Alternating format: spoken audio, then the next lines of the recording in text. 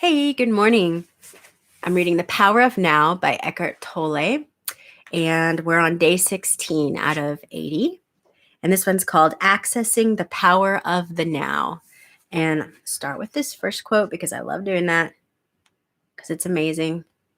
You are here to enable the divine purpose of the universe to unfold. That is how important you are. Okay, accessing the power of the now.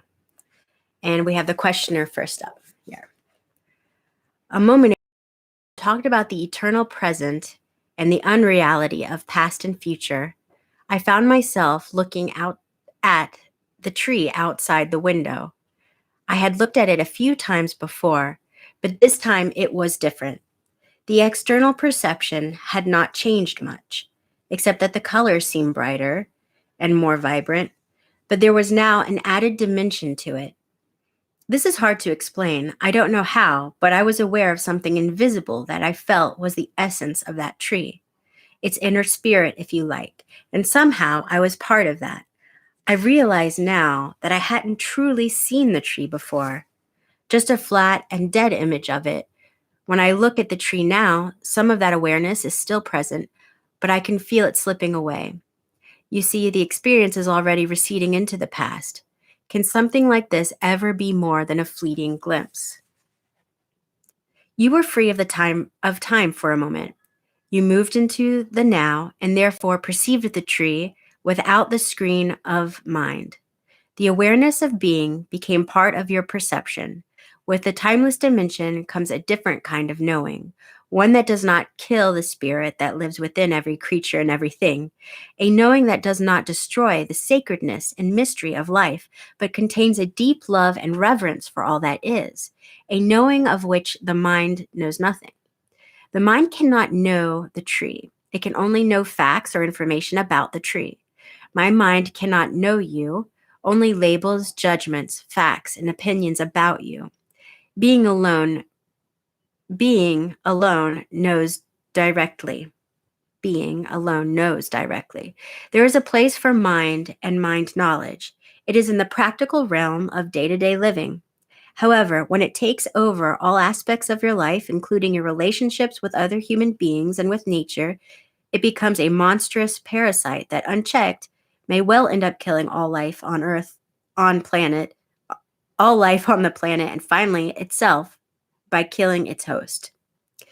If you had a glimpse, if you have had a glimpse of how the timeless can transform your perceptions, sorry.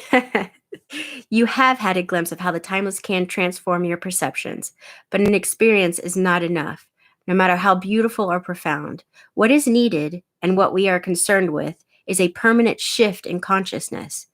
So break the old pattern of present moment denial and present moment resistance.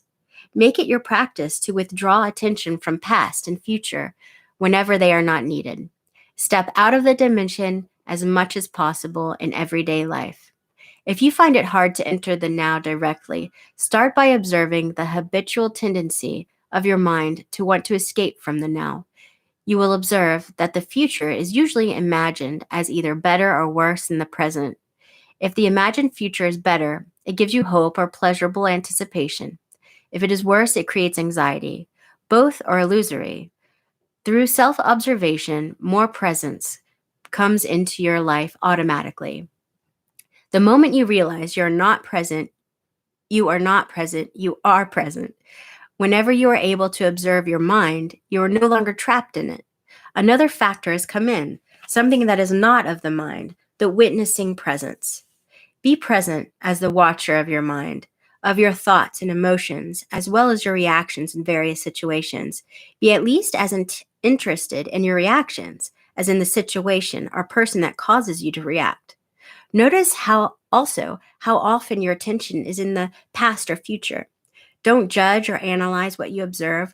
Watch the thought, feel the emotion, observe the reaction. Don't make a personal problem out of them. You will then feel something more powerful than any of those things that you observe. The still observing presence itself behind the content of your mind, the silent watcher.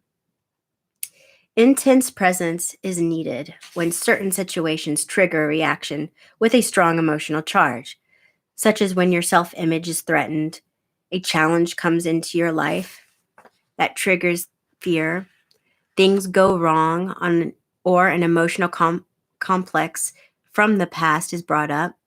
In those instances, the tendency is for you to become unconscious. The reaction or emotion takes you over. You become it. You act it out. You justify making wrong, attack, defend, except that it isn't you. It's the reactive pattern, the mind in its habitual survival mode. Identification with the mind gives it more energy. Observation of the mind withdraws energy from it. Identification with the mind creates more time.